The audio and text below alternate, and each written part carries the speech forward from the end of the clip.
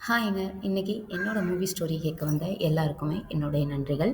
இன்னைக்கு நம்ம பார்க்க போறது ஃப்ரெண்ட்ஸ் மூவியோட கதை சுருக்கம் தான். இந்த படம் 2001 ஜனவரி 14ல ரிலீஸ் ஆனுச்சு. இந்த படத்தோட director Siddique Ismail and music director Ilaiyaraaja. இந்த படத்துல விஜய், சூர்யா, விஜயலட்சுமி, தேவயானி இவங்களோட சிறப்பு கதாபாத்திரத்துல ராதா ரவி அவரும் நடிச்சிருக்காரு. இந்த படம் பார்த்தீங்கன்னா, ப்ளஸ் பாயிண்ட் என்ன தெரியுமா இதுல? இதுல வைகை புயல் வடிவேலு அவங்க நடிச்சது தான். அவங்க இருந்தாலே கண்டிப்பா அந்த படம் பயங்கரமா இருக்கும். செம்ம காமெடியா. இந்த படம் நம்மளுக்கு ஆரம்பிச்சதுல இருந்து முக்கால்வாசி படம் வரைக்கும் வயிறு குலுங்க சிரிக்கிற அளவுக்கு பயங்கரமான காமெடிஸ் இருக்கு. இந்த படத்துல உள்ள காமெடி வந்து ரொம்ப ட்ரெண்டா இப்போ வரைக்கும் நம்மளுக்கு ட்ரெண்டா இருக்கக்கூடிய அந்த வடிவேல் சாரோடைய ஸ்டிக்கர்ஸ்லாம் இருக்கும் இல்லையா? அதுவா இருக்கட்டும், மீம்ஸ்லயா இருக்கட்டும், எல்லாத்துலயுமே இந்த படத்தோடைய சீன்ஸ் வச்சு இருக்கும். அந்த அளவுக்கு ஒரு நல்ல பெஸ்ட்டான காமெடி சீன்ஸ்னே சொல்லலாம் இதுல உள்ளது. அப்புறம் இந்த படத்துல பார்த்தீங்கன்னா, விஜய் அண்ட் சூர்யா 2 பேரும் ரொம்பவே க்ளோஸ் ஃப்ரெண்ட்ஸா இருப்பாங்க, சின்ன வயசுல இருந்தே. அது எப்படின்னு பார்த்தீங்கன்னா, சூர்யா வந்து கொஞ்சம் கஷ்டப்படுற ஃபேமிலியில இருப்பாரு. அவரும் அவங்க தம்பி மட்டும் இருப்பாங்க. இவரு விஜய் அவங்க வீட்ல வந்து நல்ல ஒரு பெரிய பணக்கார வீட்டு ஃபேமிலி. அப்ப அவங்க சின்ன வயசுலேருந்து பழகி, சூர்யா வந்து இவங்க வீட்டோடயே சூர்யாவும், சூர்யா தம்பியும் வந்து விஜய் அவங்க வீட்லயே வந்து இருக்கிற மாரி இருக்கும். ஏன்னா, விஜய் அவங்களுடைய தங்கச்சி வந்து ஸ்விம்மிங் பூல்ல தெரியாம விழுந்துருவாங்க. அத சூர்யா தான் சின்ன வயசுல காப்பாத்திருப்பாரு. ஸோ, அவங்க ஃபேமிலியோட நல்ல ஒரு அட்டாச்மெண்ட்ல சின்ன வயசுலேருந்தே இருப்பாங்க. நல்ல ஒரு க்ளோஸ் ஃப்ரெண்ட்ஸா இருப்பாங்க. ஒண்ணா சேர்ந்து படிப்பாங்க, காலேஜ் போவாங்க, எல்லாமே இருக்கும்.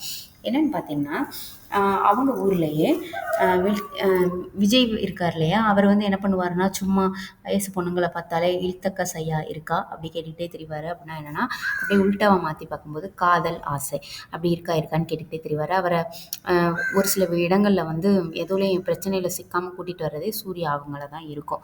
இது பார்த்தீங்கன்னா 2 பேருக்கும் இந்த மாரி சின்ன சின்ன பிரச்சனைகள் இவரு ஈடுபடும்போது ஃபுல்லா அவர் கூட்டிட்டு வந்துகிட்டு இருப்பாரு இல்லையா? இது பார்த்தீங்கன்னா, அவங்க ஊர்லயே இருக்கக்கூடிய ஒரு பெரிய ஃபேமிலியில போய் சண்டை போட்டோன்னே, இவங்க 2 பேரையும் அடிக்கிறதுக்காக அவங்க தேடுவாங்க. அப்ப வேற வழி இல்லாம விஜய் அவங்களுடைய அப்பா வந்து, "இவன் இந்த ஊர்ல இருந்தா சரிப்பட வரமாட்டான்" அப்படின்னு சொல்லிட்டு வெளியூருக்கு அனுப்பி வச்சுருவாரு. அங்க போயிட்டு தான் ராதா ரவி அவங்க வீட்ல போயிட்டு பெயிண்டரா வேலை பார்ப்பாங்க விஜயும், சூர்யாவும். ஃபர்ஸ்ட்டு இங்கேருந்து அனுப்பி வைக்கும்போது, இவங்களோட இன்னொரு ஃப்ரெண்ட் இருக்காங்க, ரமேஷ் கண்ணன் இருக்காங்க இல்லையா? அவங்க சித்தப்பா வந்து இந்த மாரி பெயிண்ட் அடிக்கிறதுல கான்ட்ராக்ட்டா எடுத்து அடிப்பாரு அப்படின்னு சொல்லிட்டு, இவங்க 2 பேரையும் கூப்பிட்டுருப்பாரு. 2 பேரும் சேர்ந்து போவாங்க. அந்த கான்ட்ராக்டர் தான் அந்த வடிவேலு. அப்ப அங்க போய் இருப்பாங்க. போன இடத்துல பார்த்தீங்கன்னா, சேம் இதே வேலைய அங்கேயும் போய் ஆரம்பிப்பாரு விஜய். அங்கேயும் போயிட்டு "இல்தக்க சையா இருக்கா?" அப்படின்னு சொல்லி கேட்டுக்கிட்டு திரிவாரு அவங்க வீட்ல. அபி இருக்காங்க இல்லையா? அபிநயா. அவங்க வந்து தேவயானிக்கு தங்கச்சியா இருப்பாங்க. அவங்க கிட்ட கேட்பாரு. அதுக்கப்புறம் தேவயானிய பார்த்ததுக்கப்புறமா, இவரு அந்த பொண்ண பார்க்கறத விட்டுட்டு தேவயானியவே பார்க்க ஆரம்பிச்சுருவாரு. இது வந்து அந்த பொண்ணுக்கு சுத்தமா புடிக்காது. நம்மள தானே ஃபர்ஸ்ட்டு வந்தோனே பார்த்தான், பேசுனான். இப்ப என்னடான்னா, அவள பார்த்தோன்னே இப்படி போயிட்டானே அப்படின்னு சொல்லிட்டு, அவங்களுக்கு கொஞ்சம் எப்படி சொல்றதுன்னா, கொஞ்சம் பழி வாங்குற மாரி ஒரு இதில போயிருவாங்க தாட்ல. என்ன ஆயிடும் பார்த்தீங்கன்னா, தேவயானிக்கும், விஜய்க்கும் 2 பேரும் வந்து லவ் பண்றாங்கன்ற மாரி ஒரு சிச்சுவேஷன் அவங்களே கிரியேட் பண்ணி விட்டுருவாங்க. அதனால பெரிய பிரச்சனைகள்லாம் வரும். அந்த பிரச்சனையெல்லாம் தாண்டி லாஸ்ட்ல விஜயும், தேவயானியும் கல்யாணமும் பண்ணுவாங்க. கல்யாணம் பண்ணி வச்சுருவாங்க.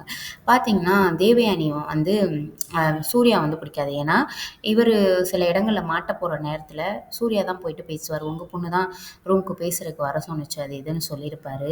ஆனா, அது வந்து தேவயானி பண்ணியிருக்க மாட்டாங்க. ஆக்சுவலா அவங்க தங்கச்சி பண்ண வேலை தான். அது வந்து தேவயானிக்கு தெரியாது இல்லையா?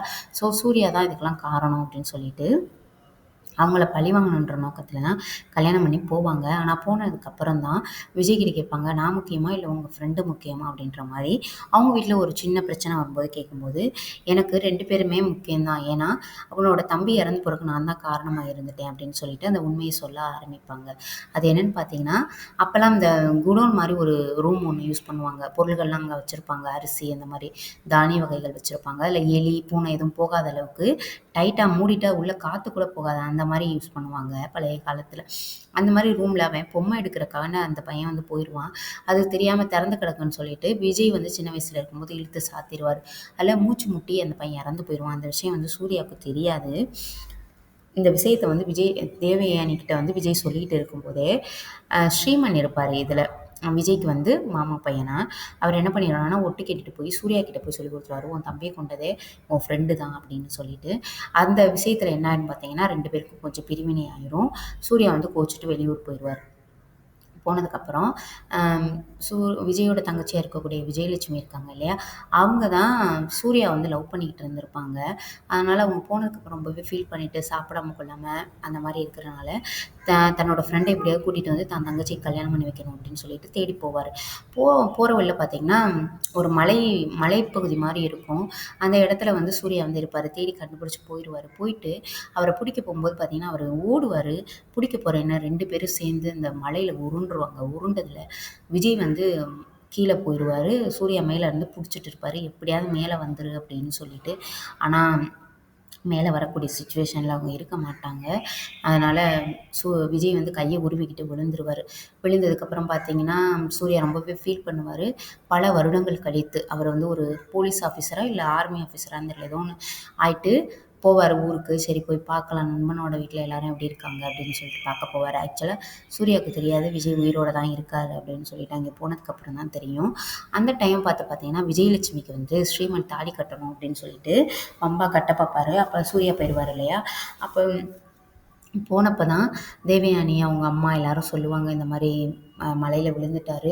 விழுந்ததில இறந்து போயிட்டாருன்னு தான் தூக்கிட்டு வந்தோம். ஆனா உயிர் இருந்துச்சு. கடைசியில இப்படி தான் இருக்காரு அப்படின்னு சொல்லிட்டு காமிப்பாங்க. பார்த்தீங்கன்னா, ஒரே இடத்துல உட்காந்துக்கிட்டு எந்த ஒரு இதுவுமே தெரியாம இருப்பாங்க இல்லையா? பித்து புடிச்ச மாரி, அந்த மாரி எதுவுமே மூளை எதுவுமே வேலை செய்யாம ஒரே இடத்துலயே உட்காந்துருக்கிற மாரி ஒரு இதில இருப்பாரு விஜய்.